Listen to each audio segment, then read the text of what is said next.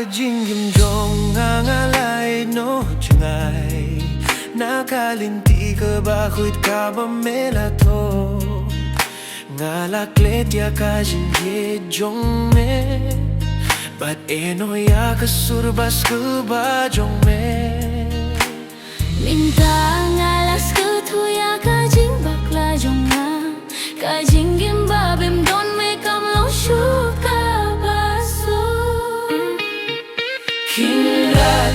tumapya ka jingbita jong nga ngalalepok ngalapin minsaw ya ka dono jong me haka jing may pad ngawan biyang syame pinkuit yang ada kas nam kabakuy jong me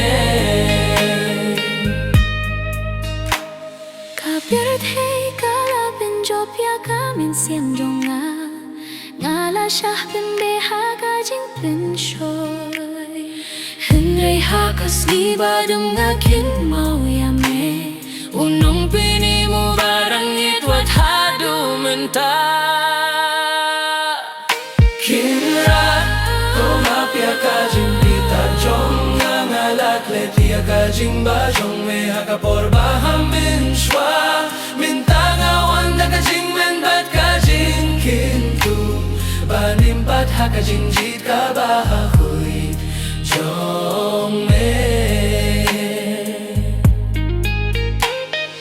Nas nalinga haka jingdum ka bangam Hinre ka jingjit jong me kapin siya kalinti jong nga haka ti jong mengan sa juno Namardang hame nga shem ka jing sugba shisha